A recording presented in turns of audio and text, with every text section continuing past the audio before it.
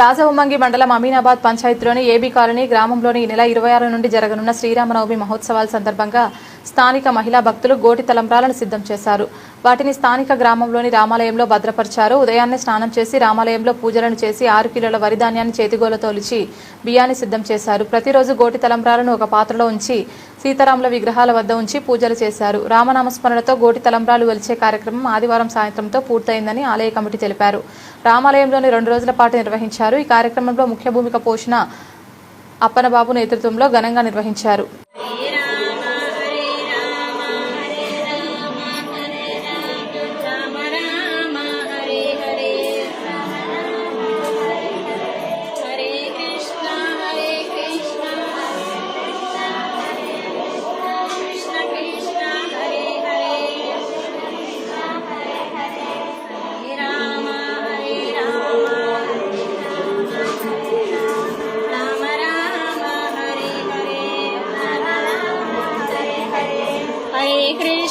Hare Krishna